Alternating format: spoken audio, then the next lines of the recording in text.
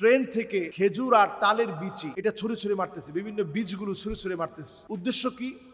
এই যে বিস্তৃত আপনি জায়গা দিয়ে যখন যাবেন, বিস্তৃত বিশাল জায়গা, সে জায়গার মধ্যে আপনি একটা বীজ ফেললেন, যেটা আপনি হয়তো খেয়েছেন, অথবা আপনি সংগ্রহ করেছেন, অথবা কিছু টাকা দিয়ে আপনি ক্রয় করেছেন। এমন একটা বীজ আপনি ফেললেন, এর থেকে একটা গাছ হলো, হয়তো আপনার এটা অজানা, আপনি জানেন না, এটা আপনার জন্য সদকা হয়ে যাবে।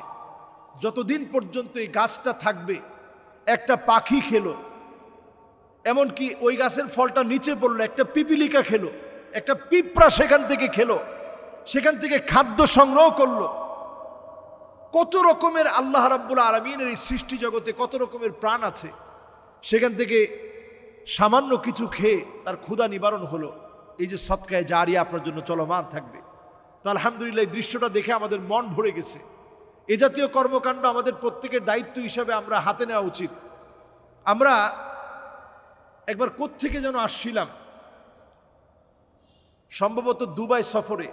আমি, শায়েখ আহমদুল্লাহ সাহেব এবং মাওলানা মুস্তাফিজুর রহমান রহমানী সাহেব ছিলেন, এবং মাওলানা আব্দুল হাই সাইফুল্লাহ সাহেব ছিলেন। সবাই মিলে আমরা সফর দিয়ে আসছিলাম। হঠাৎ করে আমার কাছে একজন ফোন দিয়েছেন এবং শায়েখ আহমদুল্লাহ সাহেবের সাথে কথা বলেছেন এই বিষয়টা কেন্দ্র করে, যে আপনি বৃক্ষরোপণের জন্য আপনি অনেক কর্মসূচি হাতে নিয়েছেন।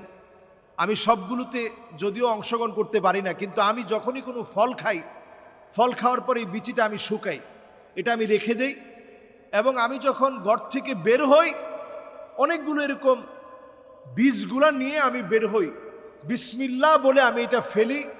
উদ্দেশ্য থাকে এই যে এখান থেকে যদি গাছ হয়, সেটা যেন সদকায়ে জারিয়া হয়ে যায়। সুবহানাল্লাহ ওয়া বিহামদি। তো আমরা সবাই, ওইখানে ওলামায়ে কেরামের একটা বহর ছিল, আমরা সবাই অবাক হয়ে গেলাম যে এই চিন্তা তো আমরা অনেক সময় আলেম হিসেবে আলেম হয়েও এটা আমরা নিতে পারিনি, যে আমি আমার নিজের সদকায়ে জারিয়াটা ঠিক করি, বড় পরিসরে না পারলেও নিজে কিছু সদকায়ে জারিয়ার কাজ করে যাই। তো এই কাজটা দেখে আমরা অনেকেই অনুপ্রাণিত হয়েছি। আমরা এই রমজানে এই জাতীয় কাজগুলো করব। একটা দান বক্স করব, প্রত্যেক দিন আপনি কিছু না কিছু দান করেন। হয়তো আপনি শেষে গিয়ে আপনার গরিব দরিদ্র মানুষের হাতে পৌঁছে দিবেন, কিন্তু আপনি রমাদানের প্রত্যেকটা দিন যেন আল্লাহর কাছে আপনার নামটা নতুন করে লিপিবদ্ধ হয়। এই জন্য প্রত্যেকটা দিন আমরা কিছু না কিছু ভালো কাজ করি। আর এই সহজ কাজ, গাছ লাগানোর মতো একটা কাজ করে আমার আপনার মৃত্যু পরবর্তী সময়ের একটা সদকায়ে জারিয়া কিন্তু আমরা রেখে যেতে পারি। আল্লাহ আমাদেরকে তৌফিক দান করুক। আসসালামু আলাইকুম ওয়া রাহমাতুল্লাহি ওয়া বারাকাতুহু।